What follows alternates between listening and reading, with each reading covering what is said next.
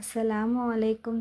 இன்றைக்கி வந்து ஒரு ½ கேஜியில் ப்ளம் கேக் வந்து ஆர்டர் வந்திருக்கு. அதை ரெடி பண்ணிகிட்டே உங்ககிட்ட வந்து என் லைஃப்பில் நடந்த ஒரு ஸ்கேமை பற்றி தான் பேசலாம் அப்படின்னு சொல்லிட்டு பேசுகிறேன். நிறைய வந்து நம்ம வந்து ஆன்லைனில் வந்து ஃபுட்டை ஆர்டர் பண்ணுறதுக்கு ஆப்ஸ் இருக்குது. அதே மாதிரி ஒரு ஆப்பில் தான் நான் ஜாயின் பண்ணியிருந்தேன். இது வந்து ரெஸ்டாரண்ட்டில் வந்து கிடைக்கிற ஃபுட்டெல்லாம் இருக்காது, நம்ம வீட்டிலே ரெடி பண்ணி கொடுக்குற ஃபுட்டு மாதிரி.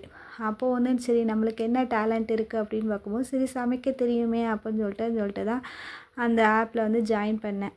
அப்போ நம்மளுக்கு என்னெல்லாம் தெரியுமோ நம்ம மெனுலாம் ரெடி பண்ணி நம்ம அதில் ஆப்பில் வந்து நம்ம ஆட் பண்ணிக்கணும். அப்படி வந்து ஜாயின் பண்ணும்போது என்னோடய கேக்ஸையும் வந்து நான் அந்த மெனுவில் ஆர்டர் பண்ணியிருந்தேன். அப்போது வந்து எனக்கு வந்து அந்த ஆப்லேருந்து கால் பண்ணாங்க, இந்த மாதிரி 1 கேஜி வந்து உங்களுக்கு பட்டர்ஸ்காட்ச் கேக் ஆர்டர் வந்திருக்கு, அது கார்ப்பரேட் கம்பெனிலேருந்து கொடுத்துருக்காங்க அப்படின்னு சொல்லிட்டு. ஓகே பண்ணிடலாம் சொல்லிட்டு நானும் ஓகே சொல்லிட்டேன். அதுக்கப்புறம் அந்த ஆப்பில் இருந்த ஸ்டாஃப் பேசுனாங்க, இந்த மாதிரி கார்ப்பரேட் கம்பெனிலேருந்து உங்களுக்கு ஆர்டர் கொடுத்துருக்காங்க, நீங்கள் பண்ணுங்கள், அப்புறம் கண்டினியூஸாக உங்களுக்கு வந்து ஆர்டர் கொடுப்பாங்க அப்படி சொன்னாங்க. ஓகே சொல்லிட்டு அப்படின்னு அப்புறம் கொஞ்ச நேரம் கழித்து வந்து அந்த கார்ப்பரேட் கம்பெனிலேருந்து டீம் லீடர் பேசுனாங்க. இந்த மாதிரி எங்களுக்கு நீங்கள் கேக் பண்ணி தரணும் அப்படின்னு. இப்படி மாறி மாறி கான்வர்சேஷன் ஒரு ½ டே போச்சு. மாறி மாறி 2 பேரும் பேசிகிட்டே இருந்து அவங்க வந்து என்ன பண்ணாங்கன்னா, இங்கே வந்து 1 கேஜி வந்து நாங்கள் எப்போதும் ரெகுலராக ஆர்டர் பண்ணுற இடத்துலேருந்து எங்களுக்கு 1 கேஜி கேட்டால் ½ கேஜி எக்ஸ்ட்ரா கொடுப்பாங்க, நீங்களும் ½ கேஜி கொடுங்க எக்ஸ்ட்ரா அப்படின்னாங்க. அது எப்படிங்க 1 கேஜிக்கு ½ கேஜி எக்ஸ்ட்ரா தர முடியும்னு. இல்லை நீங்கள் கொடுங்க, நாங்கள் வந்து கண்டினியூஸாக உங்கள்கிட்ட ஆர்டர் கொடுப்போம் அப்படின்னாங்க. அப்படி பேசி பேசி நம்மளை வந்து சரி ரொம்ப வந்து இது பண்ணிகிட்டு இருந்தாங்க, சொல்லிகிட்டே இருக்காங்களே, சரி அவங்க வந்து ஆர்டர் கொடுப்பாங்கன்னு சொல்லிட்டு நானே ஓகே சொல்லிட்டேன்.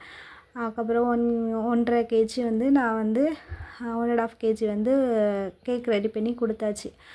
அதுக்கப்புறம் என்ன பண்ணாங்கன்னா, ரொம்ப காஸ்ட் வந்து கம்மியாக கொடுத்தாங்க.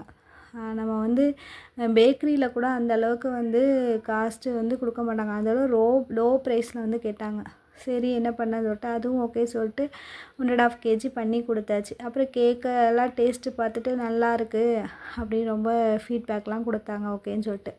ஆனால் இந்த மாதிரி ஆப்பெல்லாம் நீங்கள் நம்பி வந்து ஜாயின் பண்ணாதீங்க, ரொம்ப காஸ்ட்டு வந்து கம்மியாக கொடுப்பாங்க.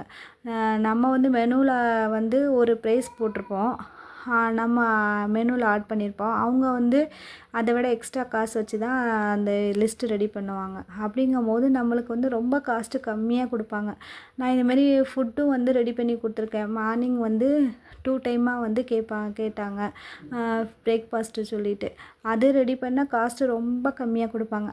இந்த மாதிரி நீங்கள் ஆப்பில் வந்து ஜாயின் பண்ணதா இருந்தால் நல்லா யோசித்து ஜாயின் பண்ணுங்கள். ரொம்ப காஸ்ட் வந்து கம்மியாக கொடுப்பாங்க. அது காஸ்ட்டு கம்மியாக கொடுக்குறது ஒரு ப்ராப்ளம்னா, இன்னொரு ப்ராப்ளம் என்னென்னா, கார்ப்பரேட் கம்பெனிலேருந்து அவ்வளோ சீக்கிரத்தில் நம்மளுக்கு வந்து காசு கொடுக்க மாட்டாங்க. எப்படின்னா 2 வீக்ஸ் டைம் எடுத்துக்கிறாங்க. அதுக்கப்புறம் தான் நம்ம பண்ணி கொடுக்குற அந்த ஆர்டர்ஸ்க்கு வந்து காசு வந்து நம்மளோட அக்கௌண்ட்டுக்கு போடுறாங்க. 2 வீக்ஸ் ஆயிடுது நம்ம ரெடி பண்ணி கொடுத்ததுக்கப்புறம். அதனால் இந்த மாதிரி ஆப்பில் ஜாயின் பண்ணும்போது கொஞ்சம் யோசித்து நீங்கள் ஜாயின் பண்ணுங்கள். அப்புறம் எதுக்கு இது நான் சொல்கிறேன்னா, இது வந்து நடந்து ஒரு 3 மந்த்ஸ் இருக்கும் எனக்கு இந்த கேக் ஆர்டர் கொடுத்து. இப்போ மறுபடியும் கால் பண்ணி உங்களுக்கு ஒரு ஆர்டர் தரோம், நீங்கள் பண்ணி கொடுங்க அப்படி சொல்கிறாங்க. ஐயோ வேண்டாம், ரொம்ப காஸ்ட்டு கம்மியாக கொடுக்குறீங்க, வேண்டாம் அப்படின்னு சொல்லிட்டு நான் அவாய்ட் பண்ணிட்டேன்.